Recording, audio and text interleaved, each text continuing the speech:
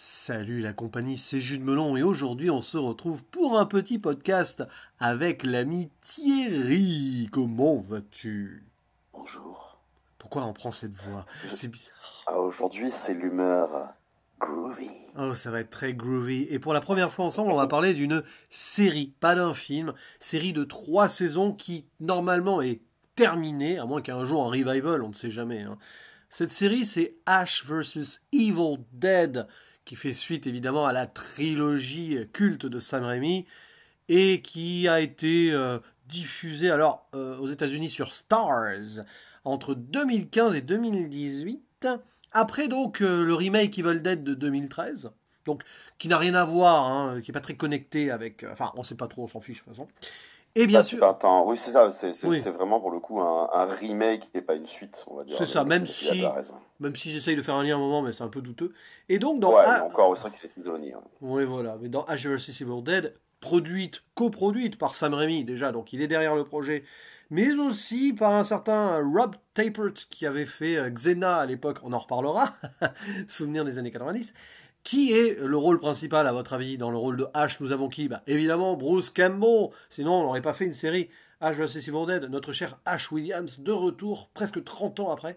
À ses côtés, on a des jeunes actrices-acteurs tels que Dana De Lorenzo ou Ray Santiago. Et très vite dans la série, nous avons Lucy Lawless, qui était Xena la guerrière. C'est pour ça qu'elle est là, peut-être d'ailleurs, Ouais. grâce au producteur. Nous avons Là, aussi. là, il faut que tu fasses un point histoire, hein, parce que Oula! là, je pense que Xena la guerrière, beaucoup de gens ne savent juste pas qui c'est. Alors, c'est un truc que moi j'avais vu sur TF1 à l'époque. Je crois que c'était un spin-off de la série Hercule, hein, si je dis pas de bêtises. Xena la Ah ouais, guerrière. alors tu vois, c'est marrant parce que je pense que ça dépend de comment on les a connus, parce que dans ma tête, Hercule était un spin-off de la série Je, Xena. je crois que c'est dans l'autre sens, mais bon, Alors, c'était. Voilà, non, je pense pas que ce soit dans ça, je pense que tu as raison. Mais c'est juste marrant de voir qu'on peut avoir une version tronquée, tu vois, de l'histoire selon ce qu'on a connu en premier. c'est ça. Puis Lucy Lawless, c'est son vrai nom en plus, hein. C'est pas un pseudo, c'est ça qui est génial. Donc, oui, Tant qu'elle n'a pas de rapport avec Blackie, ça va. Je pense pas, non, parce qu'elle est néo-zélandaise. Et bien sûr, des apparitions de Ted Raimi, le frère, pas dans les mêmes rôles, enfin, il n'y avait pas vraiment de rôle dans la trilogie de base, hein. Par contre, au fur et à mesure de la série, nous allons avoir quelques récurrents comme Samara Weaving, qui est la nièce, hein, d'Hugo. Voilà. Et Lee Majors est là. Alors, on vous dit pas encore son rôle pour celles et ceux qui n'ont pas vu la série, mais c'est quand même l'acteur qui jouait l'homme qui tombe à pic ou l'homme qui valait 3 milliards. 3 milliards en France. Je vais me permettre, pour Samara Weaving, avant de juste l'affilier à son oncle, on peut quand même dire que Oui, c'est aussi une actrice très récurrente maintenant du oui, cinéma de genre, oui, oui. et que c'est notamment le rôle principal d'un super film qui s'appelle Wedding Nightmare. Oui, et qui on a vu récemment dans Babylone, en petit rôle On l'a vu secondaire, hein. récemment dans Babylone, dans un rôle très sympathique d'ailleurs. Oui, c'est vrai. Et alors, bon, il y a plein de gens d'autres, on va pas citer des autres actrices, acteurs, parce que sinon on en a pour 2 heures. Et alors, évidemment, ça se passe 30 ans, grosso modo, après la trilogie, où les 3 films, d'ailleurs, sont canons, hein. À un moment, je me posais la question, est-ce que le troisième allait être référencé? Mais oui, forcément. Et donc notre cher H vit un petit peu reclus tout seul parce que il a un petit peu le symptôme post-traumatique de ce qu'il a vécu aussi. Mais bon, il s'en sort quand même bien parce qu'il passe son temps à rien fiche, hein. Bon, il bosse, d'accord. Mais tout l'argent qu'il dépense de son salaire, c'est pour aller draguer des femmes et boire et fumer et tout. Parce que H. Williams est vraiment devenu un vrai beauf américain, un très NRA avec des armes et très conservateur, sexiste, raciste, tout ce que vous voulez. C'est vraiment la caricature un petit peu du bouseux redneck. Et il va devoir revenir à sa routine de héros, parce que c'est quand même un héros, Ash Williams, hein, c'est The Chosen One aussi.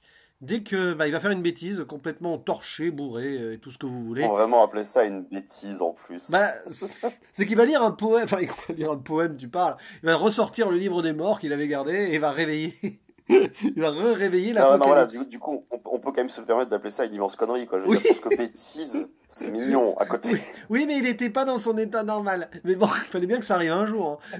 Ça aurait pu arriver 10 ou 20 ans avant, mais non, ça arrive là. C'est-à-dire le coup de trop, dans tous les sens du terme, d'alcool, de marijuana et avec une dame locale je crois que en plus même, je crois que c'est plus ou moins une prostituée. Enfin bon, je sais plus. Mais bon, après, évidemment, il va repartir à l'aventure. Il va falloir retuer tous ces morts vivants. Il va être aidé de ses collègues de travail, donc Pablo et Kelly.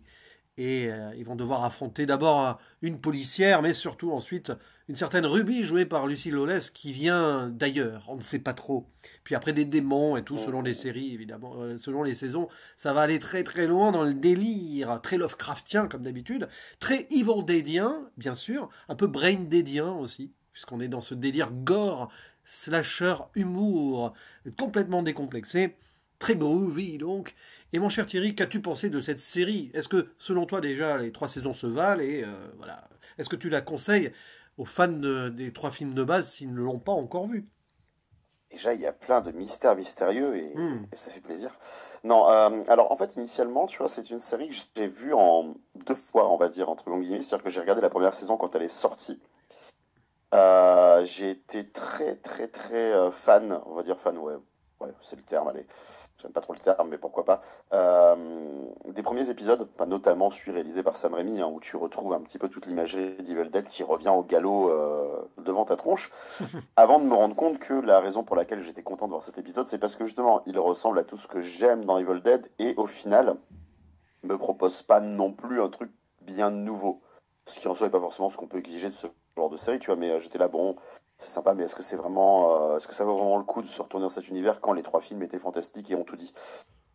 Et du coup, cette première saison, je l'ai laissée un peu en suspens parce que il y avait un ton qui me plaisait sans non plus me donner envie d'y revenir. Donc je l'ai laissé un peu sous le tapis. Et là, dernièrement, et même pas sous ton impulsion, c'est juste qu'au final, on l'a regardé, on l'a redécouvert au même moment. Oui.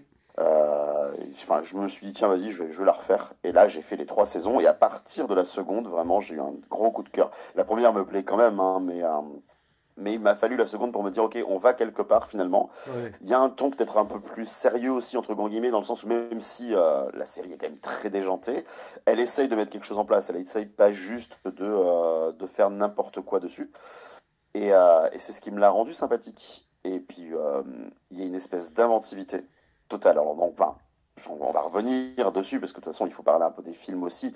Les films, ça reste des films assez déjantés. On rappelle que le premier était un film totalement, enfin, totalement, avec une volonté totalement horrifique. C'est réussi ou c'est pas réussi, ça dépend de chacun. Il y a des gens qui trouvent le film un peu ridicule, parce que les effets étaient naturellement vieux, vu le budget du film. Il y en aura d'autres qui diront qu'au contraire c'était super effrayant, donc ça dépend vraiment de qui s'y retrouve. À partir du second, ça devient un peu la fête au village et Evil Dead devient voilà une espèce de parodie de film d'horreur tout en gardant un lore assez prononcé. Donc c'est un écrin un peu bâtard où tu sais jamais vraiment quand est-ce que ça peut partir en vrille. Et la série du coup est totalement dans ce ton-là. Elle essaye quand même d'avoir une trame, donc de suivre quand même quelque chose, mais en se disant le but de tous les épisodes, c'est qu'il y ait des monstres qui débarquent et qu'ils soient complètement barrés, et il faut surtout des manières excessivement originales de les filmer, de faire des mises à mort, de faire des trucs. Dans les films, tu as des passages où Ash enfin, j'imagine que tu penses à Evil Dead 2, où Ash se coupe la Hmm. main et sa main s'enfuit dans la maison Oui. en lui tirant des doigts d'honneur, et lui, il doit la poursuivre, voilà, alors que la maison se fout de sa gueule, donc on a les animaux empaillés qui commencent à se foutre de sa gueule, voilà. Il y a plein de trucs comme ça, et là, la série doit être à ce niveau-là, et elle arrive largement à l'être. Vu Hmm. qu'on est encore dans la phase de, on explique en bref ce que ça donne, je vais pas rentrer dans le détail de certaines mises à mort qui, moi, m'ont éclaté, mais vraiment. Mais j'imagine qu'à un moment, peut-être qu'on y viendra, histoire de donner un ou deux exemples de ça. Mais en tout cas, voilà, c'est un sacré plaisir. Et je suis triste que la série n'ait pas marché. Elle a un gros succès Ouais. d'estime auprès des fans. Mais il y a plein de raisons qui font aussi qu'elle n'a pas marché, selon Bruce Campbell et selon d'autres personnes. Peut-être qu'on y reviendra un peu après. Hmm. Mais oui, ça reste une série géniale, je pense, pour qui aime Evil Dead. Pour qui n'aime pas, ça peut être marrant, mais t'as peut-être pas cette nostalgie qui te permet de te replonger totalement dedans et de l'apprécier à sa juste valeur. Oui, parce qu'il faut être content de retrouver notre personnage principal préféré. Enfin, préféré, justement, c'est l'anti-héros qu'on aime à la fois apprécier et détester par rapport à ce qu'il peut faire, mais comme il est traité avec dérision, forcément on s'attache. Et tu l'as dit, il y a ce qu'il y a dans les films préalables, il y a des échos qui sont dans la série. Alors, sans rentrer dans les détails, mais l'histoire de la main, par exemple, ça revient. L'histoire aussi dans le 3 où il y a le double maléfique, scène extraordinaire ça, hein, dans le troisième, qui revient aussi indirectement là. Donc il y a des connexions qui sont faites et tout est assez utilisé là où, par certains moments, on pouvait se poser la question sur la cohérence des 3 films entre eux. Surtout entre le premier et le deuxième, t'as l'impression que c'est un faux reboot, machin. Là, la série avance bien là-dessus et n'oublie pas de faire évoluer le personnage principal parce que au-delà de tout ce délire, donc les blagues dans tous les sens, le côté très beauf, les monstres qui sont un peu guignolesques par moments et certaines mises à mort, on y reviendra, il y a aussi le personnage principal qui va apprendre un petit peu à se reconnecter avec les humains déjà, mais vraiment, et à accepter son rôle, à assumer et aussi à évoluer parce que certes, sexiste, raciste, tout ce qu'on veut, mais il va avoir des sidekicks, l'un qui est d'origine hispanique, alors je ne sais plus exactement de quel pays, mais on en parle un moment à travers je crois que c'est son oncle, là, El Brujo, etc. Avec le gros, hein. Et puis une femme forte à ses côtés, il va devoir mettre un petit peu ses préjugés de côté, même s'il va continuer à faire des blagues sur ça, et il va vraiment se lier, euh, on va dire, objectivement avec ces personnes-là et grandir un petit peu, même s'il va rester ce grand gamin, adolescent, incontrôlable la plupart du temps. Donc il y a ça. Et finalement, l'histoire du lore autour avec les démons, bon, toujours autour du Necronomicon et puis on va ressortir un moment, on va sortir un démon, le démon Baal, hein, qui existe vraiment dans la mythologie, hein, etc. Kandar le destructeur et tout. Ça reste cohérent par rapport au film. Et finalement, à certains moments, oui, on a quelque chose d'un peu sérieux. Il y a une apocalypse en cours quand même. Potentiellement, il faut aller sauver le monde. Et on a ce bel équilibre, je trouve, entre comédie pure, loufoque. Je parlais de Brain Dead, c'est arrivé après Evil Dead, mais il y a des moments, tu as l'impression que la série, par écho, va référencer Brain Dead qui faisait hommage à Evil Dead. Notamment avec certaines créatures bizarres, là, quand elles sont un peu découpées et tout, ça fait très Brain Dead, ça. Euh, et, euh, D'accord. et puis, toute l'ambiance qui va avec, parce qu'on est dans le déjanté, on est quand même dans le sérieux, dans le drame. Il y a des personnages qui sont en danger parce qu'on s'attache et il y en a certains, c'est compliqué, quoi. Ne vous attendez pas forcément à ce que tout le monde survive à la fin, même des personnages qui apparaissent, etc., hein. Et tout est bien sûr mis en exergue par une certaine bande son parce que Thierry et moi, au-delà du cinéma et donc l'aspect artistique, visuel, on aime beaucoup la musique aussi. Notamment cette musique-là, très rock, hard rock, voire metal, qui, euh, qui jonche les envolées, on va dire, de notre cher Ash Williams, qui est à fond, hein, dans ce genre-là. Et bien sûr Deep Purple, qui est le groupe préféré de notre cher Thierry ici présent. Thierry qui a dû voir, t'as dû voir au moins 20 concerts de Deep Purple dans ta vie. Alors, peut-être plus, je ne sais pas. Ouais, à peu près. Et, Non, non, non, oui, un peu plus, effectivement. Mais, et là, mais la série, on est à peu près dans la moyenne. et la série s'ouvre littéralement sur Space Trucking quand même. C'est ça. Non, mais en plus, mais vraiment, enfin, c'est même pas qu'elle s'ouvre, c'est que le Oui, morceau commence avant que la série commence. Et ça, c'est beau. Tu as lancé, t'as écrit juste Stars présente, et là, bam, bam. ouais, oui. Voilà, putain. La basse de Roger Glover, là, tu te sens bien. Et c'est vrai que je m'y attendais pas. Alors que pourtant, je vais pas dire que c'est logique, mais enfin, non, que Space Trucking de Deep Purple, c'est pas forcément logique, mais Oui, que ce genre de bande-son accompagne cette série, et je vais dire aussi, c'est bâtard de faire ça, parce que ben, c'est pour les gros nostalgiques comme nous, hein. oui, C'est clairement le oui. truc qui est là pour nous flatter à mort, et c'est comme ça c'est comme ça qu'il nous obtient en même temps, on peut pas lui en vouloir. Mais oui, oui, démarrer sur Space Trekking, c'est génialissime, le morceau revient en plus, et quand les morceaux sont utilisés, ils ont un sens. Alors c'est un sens très facile, Oui. je veux dire, ce serait, on va pas non plus appeler ça du génie, parce que sinon ça reviendrait à dire que James Gunn est un génie quand il fait les Gardiens de la Galaxie, et c'est pas le cas. Mais en tout cas, les morceaux sont relativement bien choisis parce qu'ils correspondent à l'humeur, à ce que ça raconte. Une Oui. poursuite en bagnole, il va te foutre Highway Star pour Bah rester en oui. Purple. Voilà, ça reste logique et ça va autant faire remonter en nous le plaisir de redécouvrir ces morceaux qu'on aime bien, tous ces groupes-là, voilà, un peu, bah, qui commencent à se perdre un petit peu maintenant. Certains existent encore, mais ça commence à faire affaiblir un petit peu. Mais aussi, bah, voilà, ça accompagne bien la scène, donc ça fait partie de la scénographie, quoi. C'est pas juste un morceau mis comme ça pour le fun. Hmm. Et c'est chouette. Puis bon, Voilà. t'as du AC/DC, t'as du Alice Cooper, t'as même du Ted Nugent au début. Alors, Ted Nugent, rapidement dans le contexte, c'est quand même un bon beauf réac américain aussi, donc ça colle Oh très bien. oui, c'est un caca humain. C'est un bon musicien, mais c'est un caca humain. Mais c'est vrai que c'est vrai qu'à la limite, tu vois, histoire que ce soit peu raccord, ils auraient presque dû demander à H de chanter du Ted Nugent. C'est ça, mais il me semble de mémoire quand ça apparaît, il venait de faire une remarque assez beauf avant avec la NRA et ses armes, hein, parce qu'il est à fond là-dessus. Donc Ted Nugent étant un pro gun absolu. C'est vrai que pour revenir au personnage de H, on le retrouve, mais il a bien désévolué, hein. Mais en soi, Oui, assez raccord aussi. On sent que ce mec-là s'est enfermé dans sa caravane. C'est ça. Il est juste resté à bosser chez Triba, voilà, et il s'est enfermé dans une espèce d'aigreur en mode j'ai été un héros, mais personne ne le reconnaît. Hmm. Donc c'est juste le gars du diner un peu bourré qui raconte sa vie tout le temps. Là, ils Ça sont... me fait penser à un épisode de la quatrième dimension, là, sur le mec qui passe son temps à mentir jusqu'à ce que des aliens viennent le chercher en pensant qu'il est très intelligent, qu'il a vécu plein de trucs. Ça fait un peu penser à ça, tu vois, cette espèce de beauf aigri qui est là, qui fait moi j'ai tout vécu, j'ai fait toutes les guerres, j'ai Mais fait c'est ci, ça. j'ai fait ça, alors que bah on n'a aucune preuve de ça, donc on ne peut pas le croire. Malheureusement pour lui, c'est vrai, mais Oui. ça lui aura pas donné le statut dont il aura rêvé. On voit qu'il c'est un paria dans sa ville, tout le monde le déteste, on l'appelle Hachi Slashy, enfin, Ouais. on est persuadé qu'il a tué tout le monde, voilà. C'est compliqué, et du coup ça l'a enfermé dans une espèce de bah, la seule façon pour moi d'exister, c'est de me la péter, d'exister à travers ça et d'être voilà, enfin ça n'excuse rien, mais ça l'a transformé en gros beauf misogyne, à moitié raciste, enfin, Et c'est ce qu'il et surtout disait. très con quoi. C'est ce que disait Bruce Campbell d'ailleurs en interview, c'est que son personnage, c'est ça, c'est un survivant de guerre qui a un petit peu un petit ce truc post-traumatique aussi, mais qui est fier de ce qu'il a fait, mais qui ne peut le partager vraiment avec personne, donc qui se réfugie dans une énorme beaufrie parce que bah il est pas, on va dire, respecté tel qu'il l'aimerait. Mais bon, c'est un beau loser aussi, hein, ce Ah, ça l'a personnage. transformé en pauvre type quoi. C'est ça. Et du coup, bon, allez, on va aller plus loin maintenant. Là, on va clairement aller dans des nœuds de l'intrigue sans forcément nous parler de tout, parce que quand même, 3 saisons, on va forcément avoir des zones d'ombre. Et on va parler surtout de ce qui nous a marqué. Donc là, on est dans le spoiler absolu, hein, maintenant. Bon, 3 intrigues plus ou moins liées, oui. Alors, le personnage de Ruby, moi, j'ai envie qu'on s'arrête 2 minutes dessus.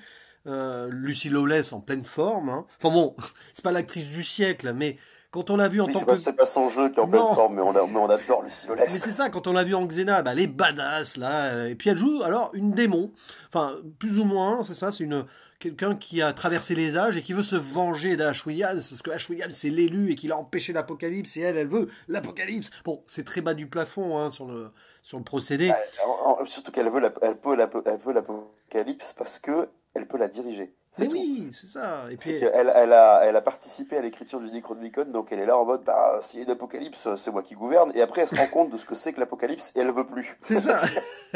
Et non, mais parce qu'en plus, au milieu de ça, elle a des enfants aussi démons. Enfin, il y a toute une histoire là-dessus aussi. Ça part en délire avec les bébés démons là, absolus. Il y a même un bébé Ash Williams à un moment. Enfin, Et puis, il lui offre une palette de jeux assez intéressante parce qu'au final, enfin, il y a tout un passage temporel, bah, comme dans oui, le troisième, hein, où oui, du coup, elle se joue plus ou moins 2 fois. Et donc dans 2 tonalités différentes, donc même si c'est vrai. sans qu'elle a du mal à suivre la cadence par moment, mais en réalité tout le monde joue pas très bien dans cette Mais série. non, Enfin, Bruce Campbell compris quoi. Mais c'est vrai qu'effectivement, du coup, ça lui offre une palette assez intéressante à développer et elle s'éclate à le faire quoi. c'est ça. Parce que oui, tu parlais du voyage temporel. C'est vrai que là, c'est là où on référence la saison 3 qui sert beaucoup à un moment. Hein, une histoire pour résurrecter, pas du tout, pour ressusciter, resurrect en VO, Pablo. À un moment, Hachi, là, il se sent coupable. À un moment, voilà, et il va, hop, pourquoi pas aller dans le voyage dans Ah, le temps. les personnages, enfin, c'est vrai qu'il faut préciser que tu disais qu'il n'y a pas grand monde qui survit à la fin, mais même au cours de la série, les gens meurent, les gens reviennent, Oui, c'est un peu la foire à Toto là-dessus, hein, mais c'est ça aussi qui est assez amusant, c'est dire que tu perds un personnage, mais on va aller le chercher dans les limbes, vous inquiétez pas, il arrive. on te fait même revenir, je crois, la sœur dans l'illusion et les souvenirs de Ash.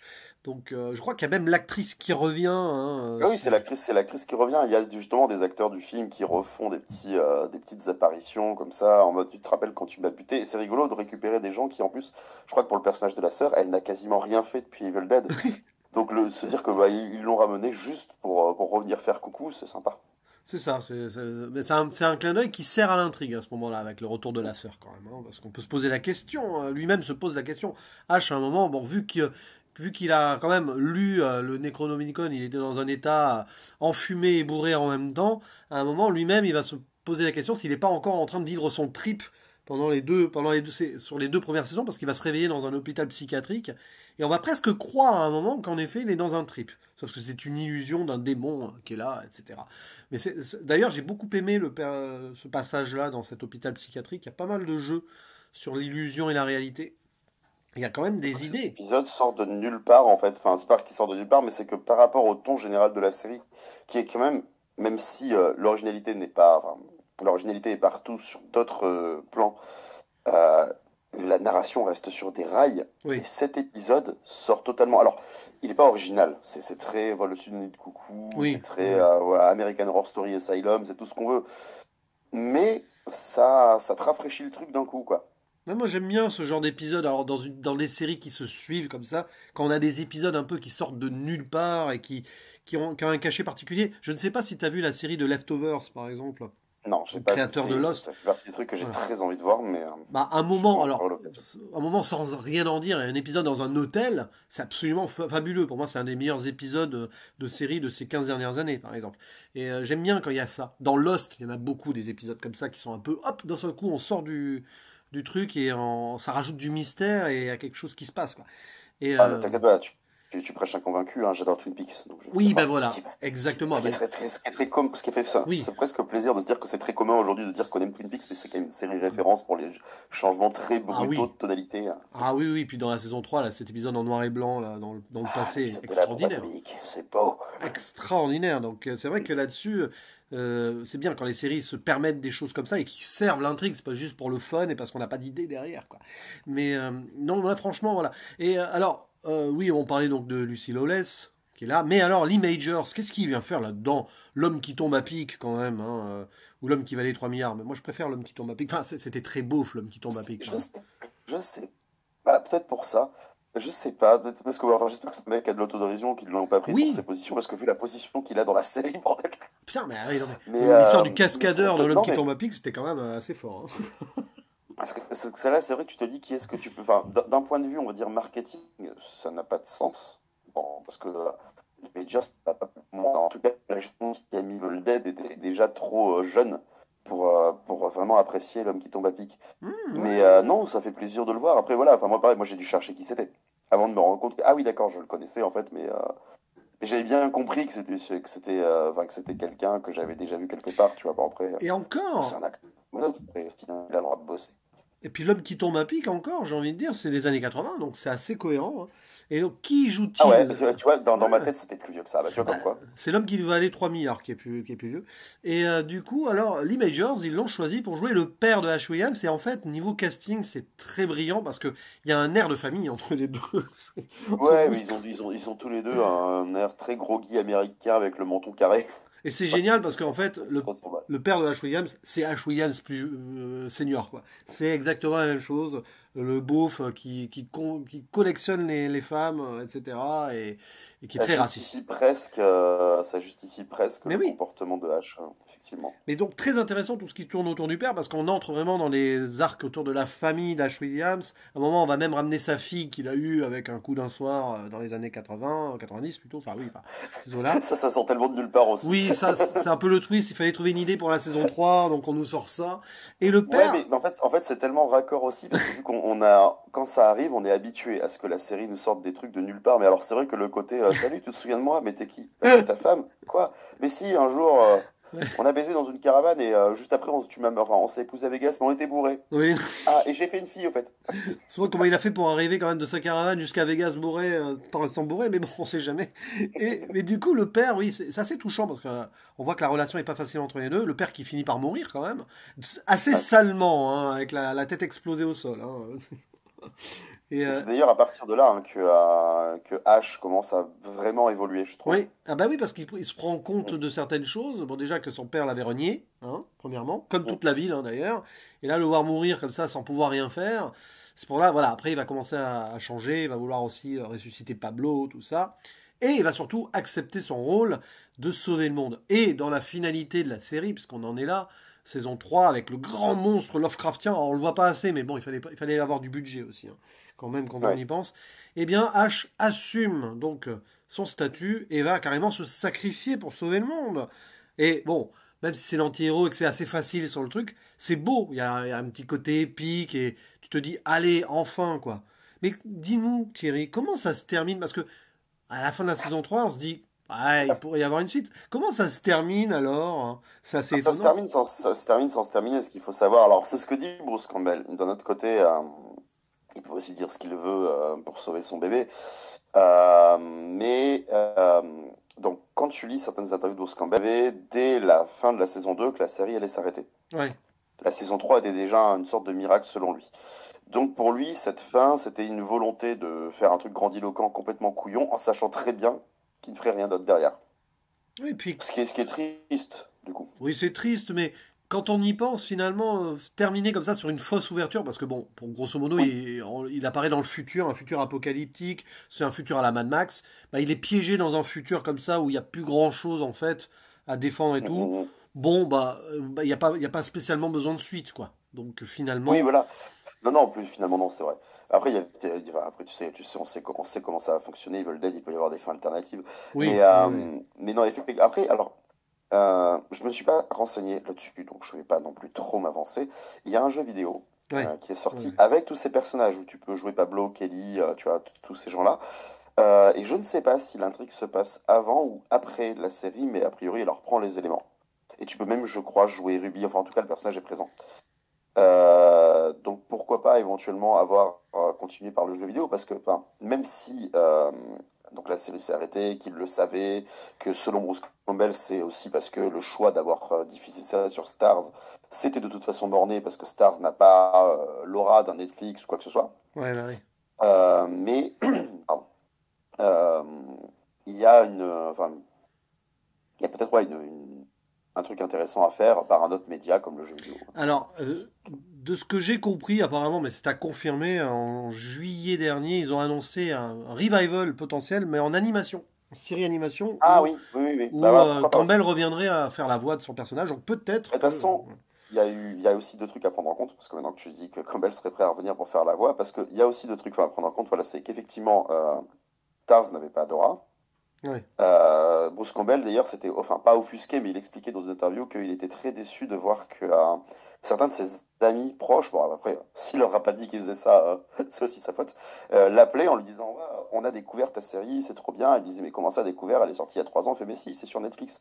Et c'est là qu'il s'est dit, ah bah si seulement on avait fait ça sur Netflix, on aurait pu faire 5 saisons, quoi. ouais, Par contre, il y a un autre truc aussi, c'est que physiquement, ça l'a détruit, en fait, oui, Bruce Campbell. ouais. Parce que monsieur veut faire toutes ces cascades, et qu'il est plutôt jeune, et qu'a priori, il a eu des gros problèmes de dos, parce que bah, il doit porter une tronçonneuse, parce que si, parce que ça. Et donc, il disait clairement qu'il ne peut plus, en fait, jouer Ash Williams. Donc, Ah, revenir ouais, en ouais. voix, ça me semble assez logique. Ça pourrait être une bonne idée, peut-être, de voir ses aventures, soit alternatives, soit dans le futur apocalyptique. Et du coup, En dernière effet. chose, avant de refermer à The Spoiler, quelle serait ta mort préférée dans ces séries? Parce que... J'allais te poser la Eh question. oui, Euh, oui, il y en a une que je vais citer, et comme ça, on peut dire qu'en plus, c'est représentatif pour ceux qui se disent, ouais, ils disent que c'est trash, mais à quel point. Euh, donc, tu parlais d'un moment où il y avait un bébé Ash Williams, donc pour reconcrétiser, donc c'est le personnage de Lucy Lawless, donc Ruby, qui veut, enfin, qui est persuadée que Ash est aussi une espèce de messie, hein, et que du coup, même si elle veut absolument le buter, son destin est quand même intimement lié à ce qui va lui arriver. Donc, elle décide de le cloner pour justement créer le Messie selon ses conditions à elle. Donc, elle crée un bébé, enfin, donc elle récupère des parties génétiques de H par certains moyens. Elle imprègne une femme et puis elle est là en mode, voilà, enfin, elle s'imprègne elle-même en réalité, puis hop, on va recréer H. Donc, il y a un côté, voilà, il y a cette espèce de bébé qui naît et qui va grandir un peu plus vite pour devenir H hmm, et que H va devoir affronter. Et le passage où il l'affronte, donc il y a cette espèce de babysitter qui a été kidnappé ouais. par eux, on sait pas trop, enfin c'est le délire, mais enfin, du coup, en tout cas, le bébé sort de sa poussette et veut défoncer la gueule de H, et le seul moyen qu'il a trouvé, c'est d'entrer dans le corps mort de la babysitter qui vient de se faire exploser la gueule, pour justement avoir un corps à la hauteur de H et pouvoir aller le tabasser. Ah, c'est terrible. Voilà, déjà ça c'est super drôle. Et là tu fais, attends, ça va jusque là. Ça m'a fait penser au dernier Puppet Master où t'as justement pareil un bébé enfin un bébé zombie non pas un bébé zombie, enfin un des méchants si tu veux qui rentre à l'intérieur d'une femme enceinte, qui tue le fœtus en le découpant et qui la découpe par le ventre. Hmm.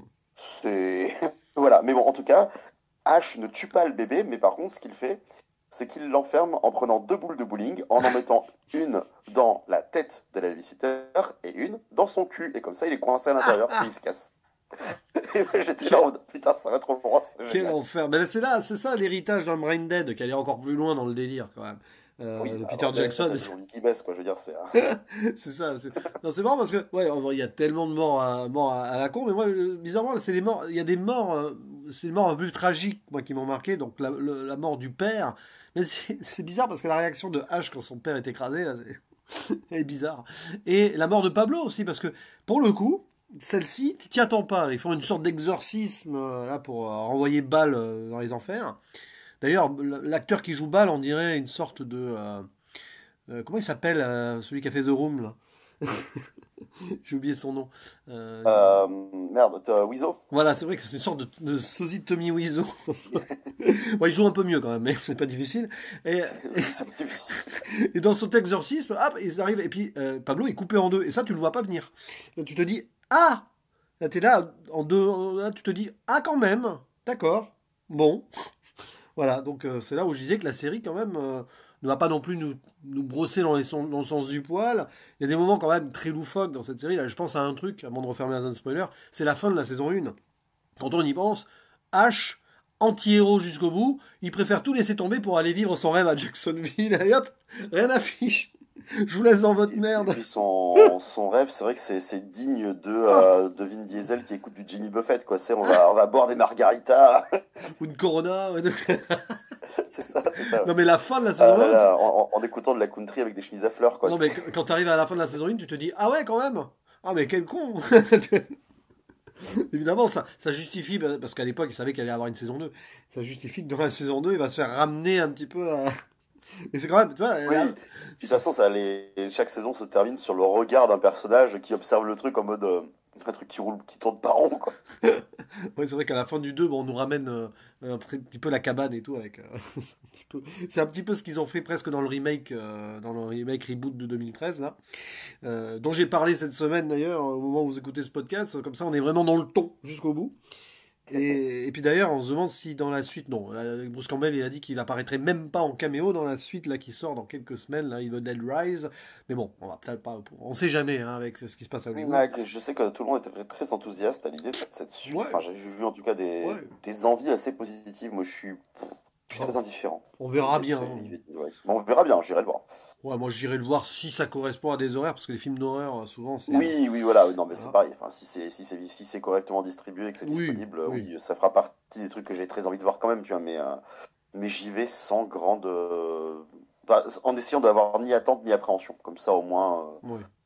je serai pas déçu. On verra bien. Bah, du coup, là, on est sorti de la zone spoiler, hein. Comme ça, vous pourrez aussi réagir dans les commentaires si vous attendez ou non avec impatience la suite de la saga rebootée Evil Dead. Mais pour conclure, mon cher Thierry, Evil Dead, oui, bon, Evil Dead, non. Ash vs Evil Dead, c'est un grand oui, on est d'accord. C'est pas non plus la série ultime, absolue, mais dans le délire et, on va dire, dans cette conviction par rapport aux trois premiers films, c'est totalement cohérent et on a ce qu'on veut, quoi.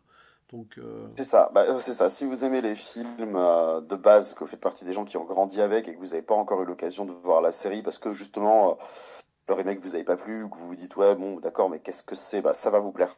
Clairement, ça va rester là-dedans sans trop en attendre, hein. Ça va ressembler à ce que vous aimez en mode plus poussé parce que c'est logique et ça le pousse bien. Et si jamais vous connaissez pas, bah regardez les films. Et si le ton vous plaît, oui, à ce moment-là la série vous plaira. c'est ça. Vaut mieux, même si la série est suivable sans les films, vaut mieux quand même s'imprégner de l'ambiance avant parce que tu as des petits clins d'œil et tu vois. Et puis parce que les films sont Mais géniaux, oui, quitte à les faire découvrir, autant le faire. c'est vrai. Et puis Bruce Campbell, quoi. C'est vrai que c'est un acteur qui aura limite eu que ce rôle important dans sa carrière, si ce n'est d'autres caméos pour des Spider-Man de Sam Raimi, mais c'est assez Bah, étonnant, c'est hein. vrai C'est assez que étonnant. ça ou Booba Hotep, mais encore Oui, Booba oui, oui. Hotep n'est pas un film qui a énormément marqué. Enfin, Très bien, Booba à part, Hotep. à part bon, justement les gens qui sont très aficionados des films de genre un peu moins connus. Oui, voyez Mais Booba Hotep, hein. En plus, si vous aimez Elvis, ça sera drôle. c'est vrai que sinon, t'as des My Name is Bruce, des trucs comme ça, majoritairement, soit il se joue lui-même, soit il joue H. Je veux dire, si je devais vulgariser sa carrière, quoi. C'est ça, mais bon, si vous aimez le franc-parler, les punchlines aussi, très groovy de notre cher Ash Williams, foncez, c'est vraiment bien. C'est vraiment bien, puis c'est récréatif, puis ça fait passer un bon petit moment. C'est pas trop long à voir, hein. Je crois que tu as 10 épisodes de 25 minutes par saison, donc c'est très réglé, quoi. Oui, ah oui, ça se J'aime bien regarde. d'ailleurs le Après, format. 25 minutes, j'aime bien. C'est bien les formats de 25 minutes. J'aime bien. Dans ce genre de série, t'as pas besoin de développer beaucoup plus, donc oui, ça va. Il y a des séries où le ton un peu plus long peut convenir, hein, tu vois, mais C'est un petit ça peu un dépend format à toujours la de South comment il Park. raconte, quoi. C'est un format à la South Park. Mhm. Il n'y a pas de référence à faire et de points communs, si ce n'est que c'est un vrai délire aussi, qu'on aime beaucoup. Bah, c'est vrai que ça reste la preuve qu'en 25 minutes, tu peux quand même développer une intrigue, quoi, Oui, et elle peut être riche. c'est vrai. Voilà. En tout cas, mais n'hésitez pas à dire en commentaire ce que vous pensez de cette série et de Bruce Campbell, évidemment. Mon cher Thierry, toi, on te retrouve comme d'habitude, alors, chez des copains de temps en temps, mais aussi sur le site par écrit On se fait un ciné. Voilà. Tu as récemment fait par exemple, une rétro Jacques Demy. Je dis au Ouais, hasard, hein, rien à voir ouais, avec Evil Dead. rien à voir avec Sam Raimi, effectivement, même s'il y a la même syllabe finale. Donc, ouais. Mais bon, voilà, donc l'écrit c'est bien aussi. Les podcasts audio, les écrits, les vidéos, tant qu'on parle ensemble cinéma, on est content. Voilà, voilà. Et sur Twitter aussi. Quand on parle cinéma sur Twitter, c'est très important de Tant parler que ça cinéma. parle et tant que ça parle et que ça pense C'est cinéma, ça. voilà, histoire d'être un poil élitiste. Réfléchissons et discutons et échangeons. Ne restons pas bornés sur ah, c'est un chef-d'œuvre, ah, c'est de la merde. Voilà. C'est ça qui est important aussi. En tout cas, merci beaucoup pour cette discussion libre sur cette série, mon cher Thierry. Puis on en aura d'autres, on en a eu d'autres, on en aura encore. Hein. Passé, présent, futur, évidemment. Le cinéma est intemporel. Enfin, le cinéma et l'aspect sériel, enfin, vous l'avez compris, l'aspect visuel. Quoi. Et puis autre que visuel d'ailleurs. Il nous reste plus qu'à dire le mot de la fin, le traditionnel. À la prochaine. Ciao. Salut, Groovy, salut. groovy, groovy.